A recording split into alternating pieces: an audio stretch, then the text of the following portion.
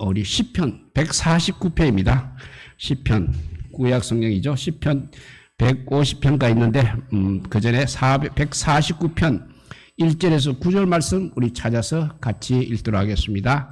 시편 149편 1절에서 9절 말씀이 되겠습니다.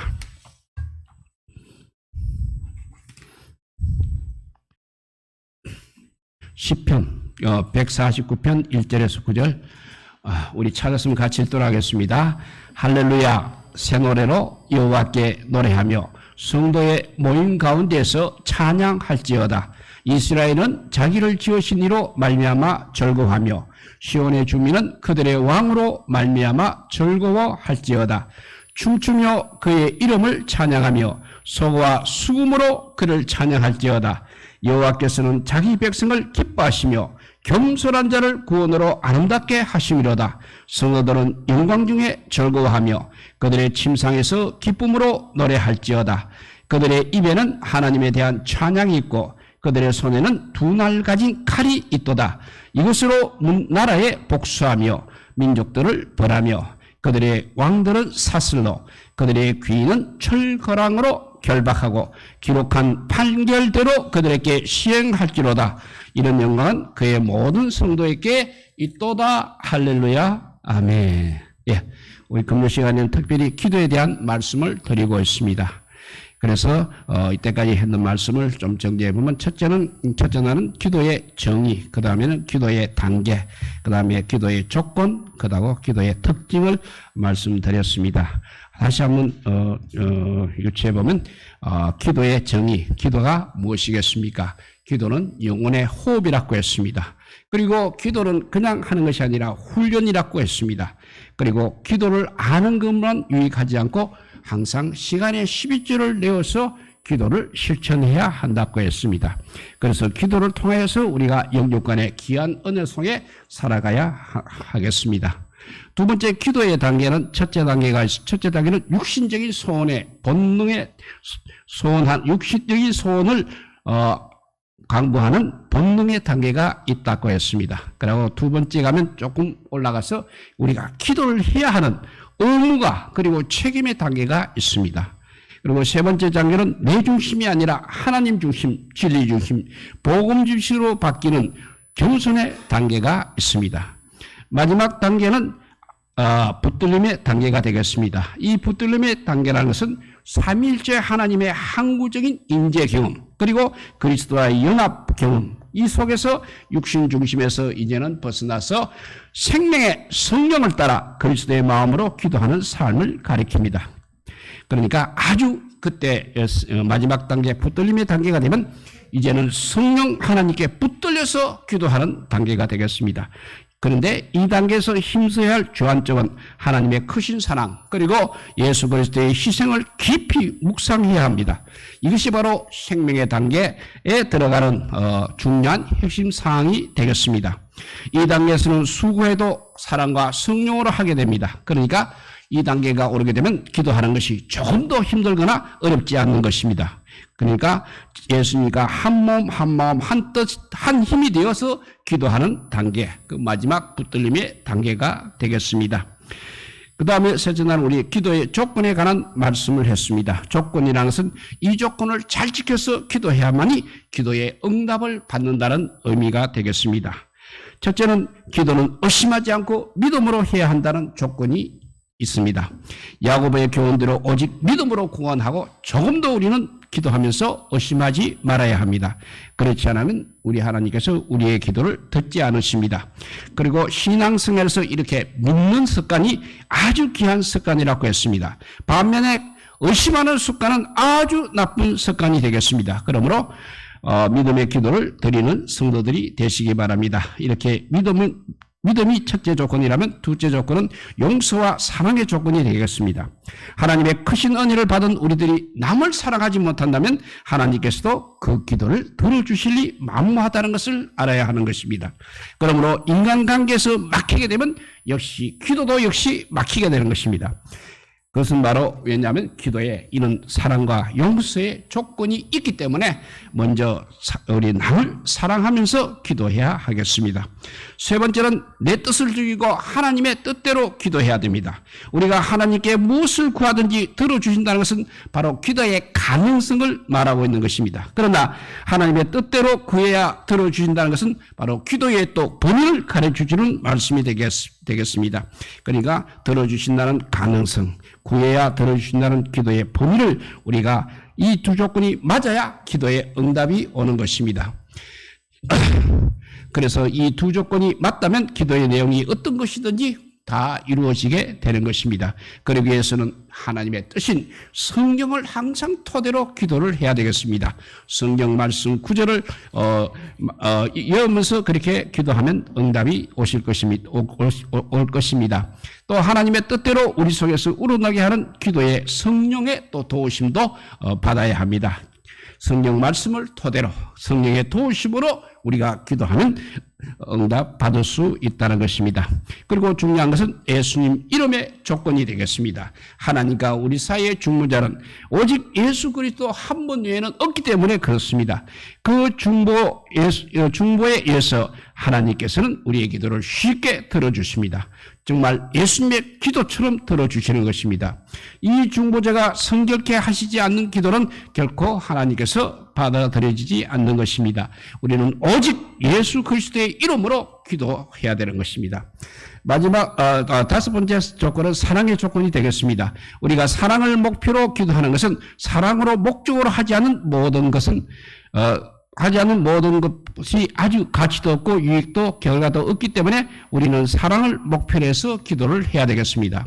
그러니까 고린도전서 13장의 사랑장에 보면 천사의 방언과 모든 비밀을 아는 지식과 산을 옮길 만한 믿음과 모든 것을 구제하고 자기 몸을 불사르게 내어준다 할지라도 기도에 사랑이 없으면 아무 유익이 없다는 것입니다. 그러므로 이 사랑의 조건을 항상 기억하면서 기도하시기 바랍니다. 마지막 여섯 번째는 성령의 조건이 되겠습니다.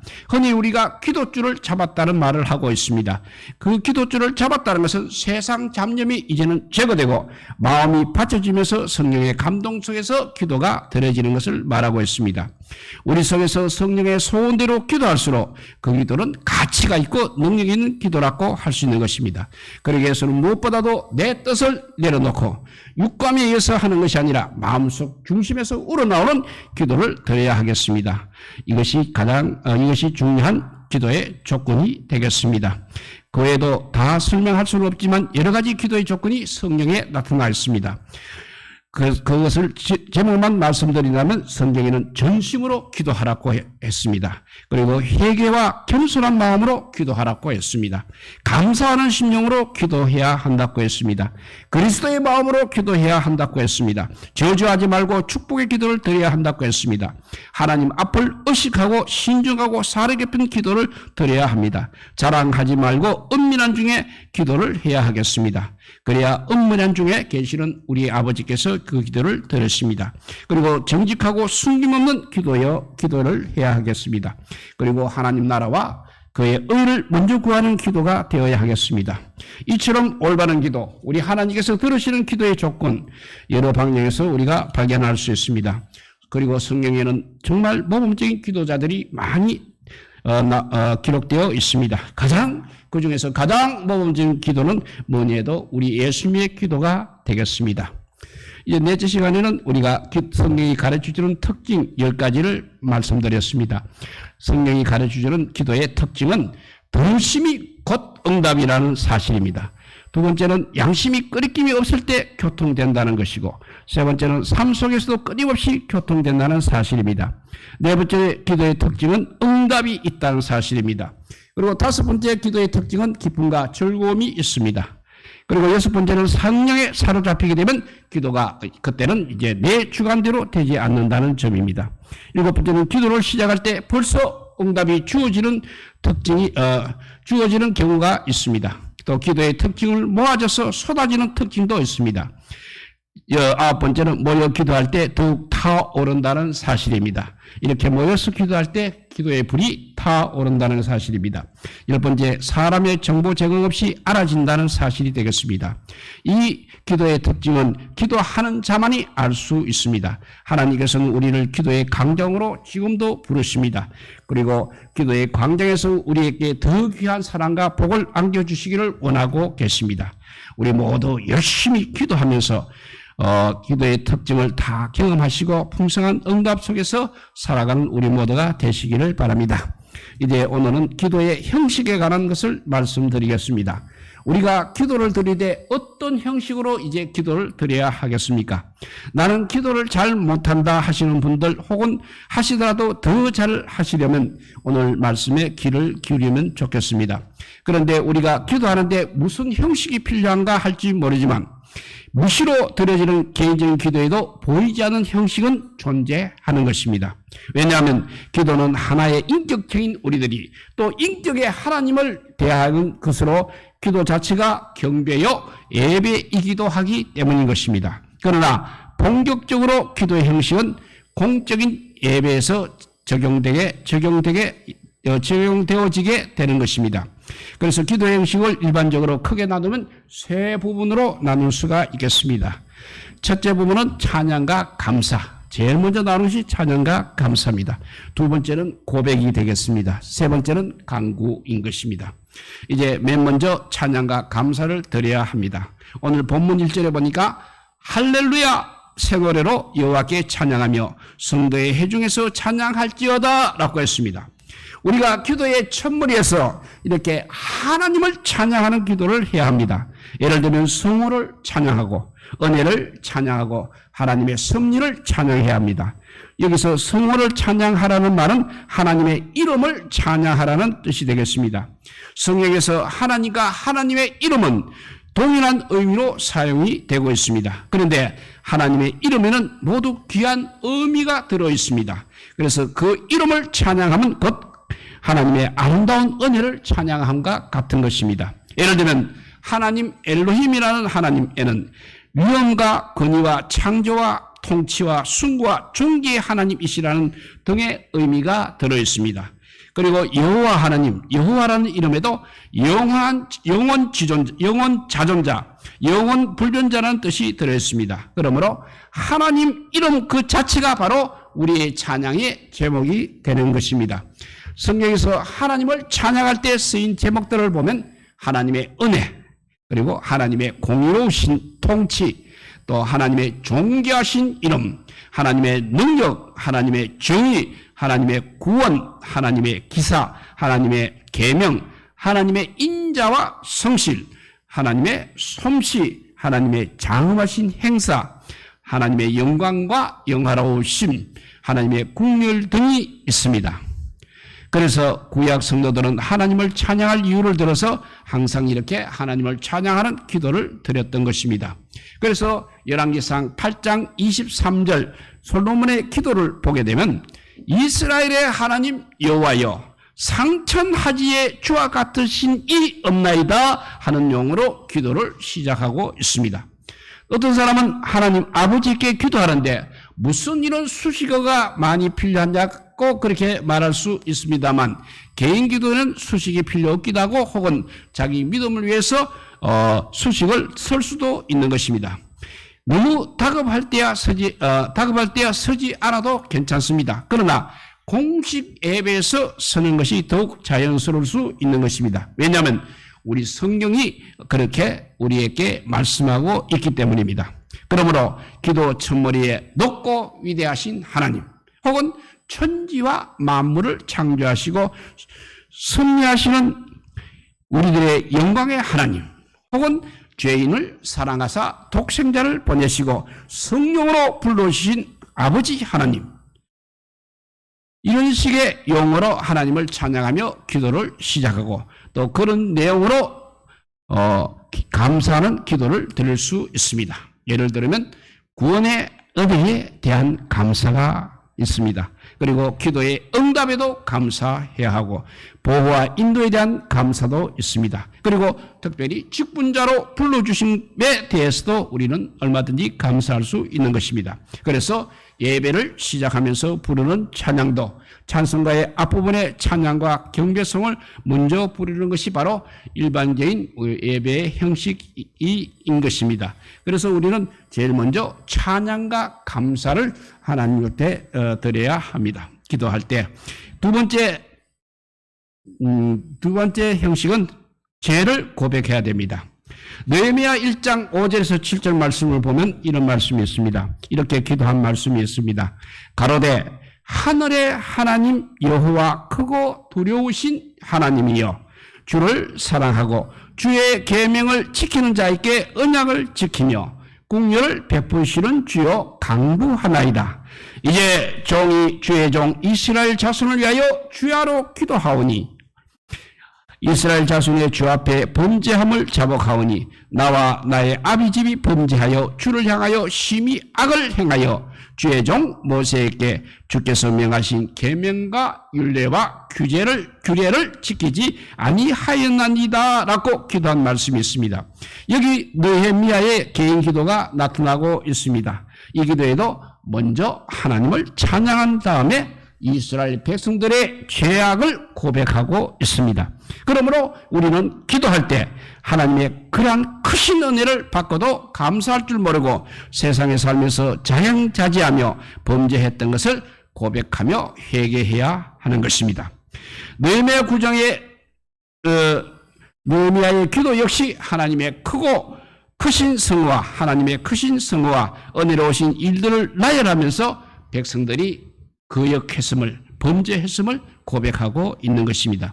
그런데 해중기도에 있어서 제 고백은 그 내용이 모두가 공감할 수 있는 그런 내용이어야 됩니다. 그러니까 모두가 범할 수 있는 그런 잘못과 범죄를 먼저 고백해야 하겠습니다. 그러나 사적인 자기 죄를 고백함으로써 오히려 자기 비밀을 공개할 필요까지는 없는 것입니다.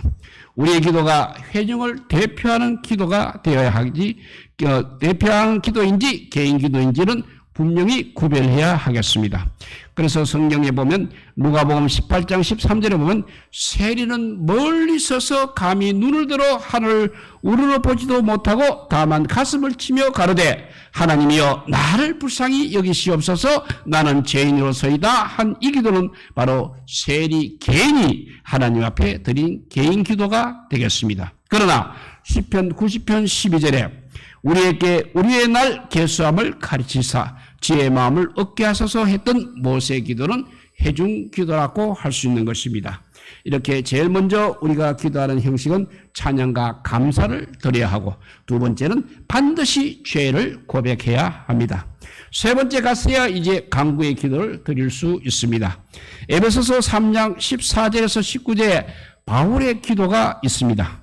그것을 한번 읽어보면 이러함으로 내가 하늘과 땅에 있는 각 족속에게 이름을 주신 아버지 앞에 무릎을 꿇고 비노니 그 영광의 풍성함을 따라 그의 성령으로 말미암아 너희 속사람을 능력으로 강건하게 하옵시며 믿음으로 말미암아 그리스도께서 너희 마음에 계시게 하옵시고 너희가 사랑 가운데서 뿌리가 박히고 터가 굳어져서 너희 모든 성도와 함께 지식에 넘치는 그리스도의 사랑을 알아 그 넓이와 길이와 높이와 깊이가 어떠함을 깨달아 하나님의 모든 충만하신 것으로 너희에게 충만하게 하시기를 구하노라.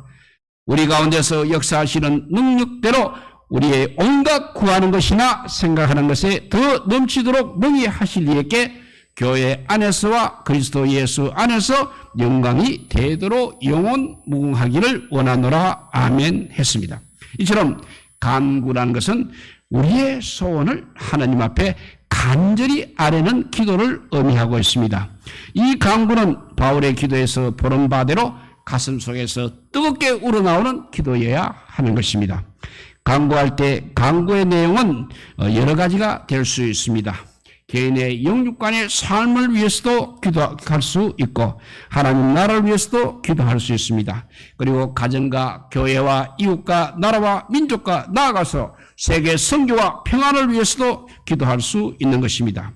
성경 대요리문답 183번 문답에 우리는 누구를 위하여 기도할 것인가에 지상의 전 그리스도의 우리는 누구를 위하여 기도할 것인가에 대해서 지상의 전 그리스도의 교회를 위해서, 그리고 정치가와 교육자들을 위해서, 그리고 자신과 형제와 원수들을 위해서, 그리고 살아있는 혹은 장차 살아있을 모든 종류의 사람을 위해서 기도하라고 했고, 그러나 가장 중요한 것은 이미 죽은 자를 위해서는 기도해서는 안 된다고 그렇게 분명히 말하고 있습니다.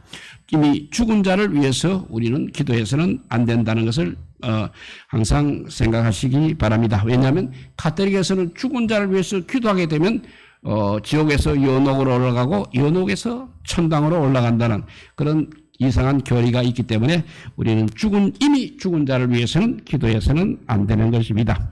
그리고 무엇을 위하여 기도해야 할 것인가에 대해서는 항상 하나님의 영광, 교회의 안정, 우리들 자신과 다른 사람의 선을 위하여 기도할 것이나, 그런데 여기도 조건인데 무엇이든지 불법적인 것을 위해서는 절대 기도해서는 안 될 것입니다. 죽은 자를 위해서도 기도해서 안 되고 불법적인 것에 대해서도 기도해서는 안 된다는 것입니다. 그러니까 예수님께서 그의 나라와 그의 의를 먼저 구하라고 하신 말씀도 중요한 강구인 것입니다. 또 주기도문이 결국 그의 나라와 그의 의를 강구하는 기도의 내용이 되겠습니다. 주기도문 중에 일용할 양식이라는 부분이 나옵니다. 그 내용을 우리가 자세히 연구해보면 육의 양식을 전혀 배제한 것은 아니나 영의 양식을 가리키는 내용인 것입니다. 왜냐하면 육신의 양식은 하나님께서 구하지 않아도 언제나 책임져 주신다고 하셨기 때문입니다. 그래서 우리가 일용할 양식도 영의 양식을 가리키는 내용이라 할 수 있겠습니다. 우리의 강구 속에 그 밖에는 병을 치유해달라고 꼭 강구할 수 있고, 또 갈 길을, 우리의 앞으로 갈 길을 인도해달라고, 그리고 우리의 억울한 시온을 보호해달라고, 그렇게 우리의 몸과 마음을 보호해달라는 그런 기도를 할 수 있는 것입니다. 그러나 해중기도에 있어서는 예배와 예배 위원들을 위해서 반드시 기도해야 됩니다. 예배와 해중기도를 할 때는, 주일날 해중기도를 할 때는 예배와 예배 위원들을 위해서 기도해야 됩니다. 그리고 예배를 위한 기도는 기도의 형식에서만이 아니라 전 교인들이 예배를 위해서 집에서 혹은 1시간 전 이상 일찍 교회에 나와서 부르짖고 예배를 위해서 열심히 기도해야 됩니다. 그러니까 예배 시간에 늦게 온다는 것은 말이 안 되는 것입니다. 항상 기도하고 예배를 드려야 하는 것입니다. 그렇게 기도하고 늘 예배 시간 전에 일찍 나와서 예배를 위해서 부르짖고 기도해야 그 예배가 정말 신령한 예배가 될 수 있다는 것입니다. 이런 기도의 사역자들이 많을 때 교회는 영혼을 변화시키는 초자연적인 역사가 많이 일어나는 것입니다. 이런 기도가 많을 때 예배를 통해서 주시는 하나님의 은혜가 많다는 것입니다. 이러한 자기 사명을 깨닫는 기도의 생활이 될 수 있기를 바랍니다. 이제 말씀을 정리하면 우리의 기도는 단순히 강구 이전에 하나님께 대한 사랑과 경배와 애절이 기도에 있다는 것입니다. 인간에 대하도 애절이 있을 때 더 아름답습니다. 그처럼 하나님께 대한 기도도 찬양과 감사와 고백과 간구에 좀 더 성숙한 예절을 갖춘 기도를 드릴 수 있어야 하겠습니다. 그래서 우리의 영적인 삶이 더욱 풍요로워질 수 있도록 종교로워질 수 있게 되기를 우리 주님의 이름으로 축복드립니다. 기도하겠습니다. 사랑의 하나님 감사합니다. 그냥 아버지여 내가 필요한 거 주절주절이 아버지여 기도하는 것이 아니라 먼저 하나님 앞에 찬양하는 기도, 감사의 기도가 넘치게 하여 주시옵소서. 그래서 아버지여 주님을 이름을 더욱 높이는 저희들 되게 하여 주시고 주의 나라와 그의 의를 먼저 구하는 저희들 되게 하여 주시옵소서. 그리고 특별히 우리가 날마다 아버지의 죄를 고백해야 되겠습니다. 기도할 때마다 우리 죄를 고백해서 주의 거룩한 보혈로 우리 죄가 다 씻겨서 어렵다 칭함을 받을 수 있는 그런 시간이 기도의 시간이 되게 하여 주시옵소서. 날마다 죄를 고백하고 사죄함을 받아도 제사함을 받아도 아버지 우리는 여전히 죄 가운데 있음을 고백해야 하겠습니다. 그리고 세 번째 마지막에 간구할 때도 정말 자신을 위한 기도보다는 하나님 나라를 위한 기도가 우선돼야 되겠고, 특별히 또 중보 기도를 많이 하는 저희들 되게 하여 주시옵소서. 그래서 정말 우리의 기도가 하늘에 쌓여지는 기도가 되게 하여 주시기를 주여 간절히 비옵나이다. 오늘도 우리가 기도할 때 기도의 제목마다 하나님에 대한 정말 귀한 예절이 갖춰진 기도, 경배가 갖춰진 기도가 되어서 하나님께서 들으시는 기도, 하나님께서 즉각 응답하시는 기도, 또 응답을 통해서 하나님께 더 큰 영광을 올리는 귀한 이 기도의 시간이 되게 하여 주시기를 간절히 빌고 원하오며 우리 구주 예수 그리스도 이름으로 기도드리옵나이다. 아멘.